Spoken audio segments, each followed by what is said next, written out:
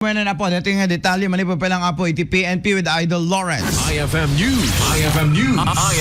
IFM News. Police Report. Police Report.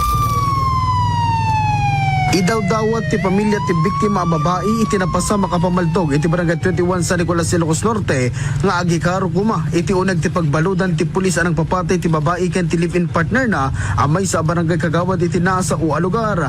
Basar ti panaganaman tayo iti uliteg ti biktima ani Mr. Randy Pagaduan ket nasakit launa iti nakemda asaan da na isalakan ti kanakan na ken nasakit ti nakemda iti kastoy anam saakan dagiti biktima.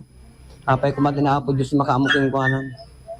No kasanot tinarigat mit nga pagpaspasaran mi apay dublyon ko man apo Dios ti pagpasaran na inta pagbaludan no maibalod.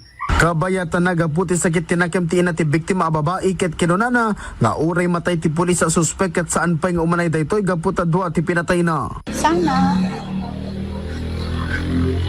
ano rin siya, mamamatay din siya.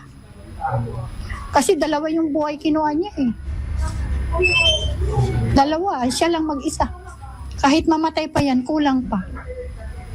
Namuan at ti pulis sa suspek ken ti babae a biktima ket sigod nga agkarelasyon idi high school da. Gapo iti daytoy pasama ket mangnamnama ti pamilya ang magunod dan tumetla ang ti hustisya. Para iti IFM News, Idol Lawrence Martinez, Tatak, RMN.